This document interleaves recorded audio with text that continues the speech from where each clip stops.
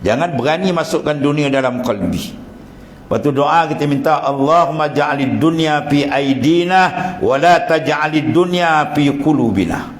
Ya Allah, jadikan dunia itu di tapak tanganku saja, jangan bawa masuk dia ke dalam. Dalam ni khas, ini Baitur Rabb. Qalbi kita ni dia panggil Baitur Rabb, rumah Tuhan. Bukan Tuhan duduk dalam ni macam Baitullah lah, bukan Tuhan duduk Baitullah. Allahu la yataqayyadu bizamani wal makan. Allah Ta'ala tidak ditambat dengan tempat dan masa, bahkan Allah yang menambat masa dan tempat.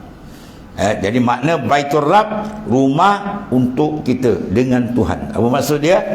Tempat ma'rifat, mengenali Tuhan, itu dia qalbi. Tempat tajalliyat, futuhat, fuyudat, limpahan rohani, semua di sini. Jangan kita masukkan dunia, habis. Habis tu boleh ambil dunia. Dunia dia tak apa. Sahabat punya kaya lebih kaya daripada kita kan. Sahabat kadang satu peperangan dia bagi sampai 700 ekor kuda. Kita seekor kuda pun tak ada.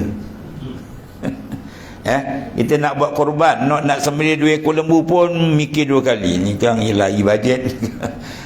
Sahabat punya hebat tuan-tuan, boleh bagi tu ratusan ekor. Dia boleh bagi tu. Sebab apa dia boleh bagi? Sebab dunia tak duduk sini. Dia kalau duduk sini dia habis kan. Dia tak boleh keluar.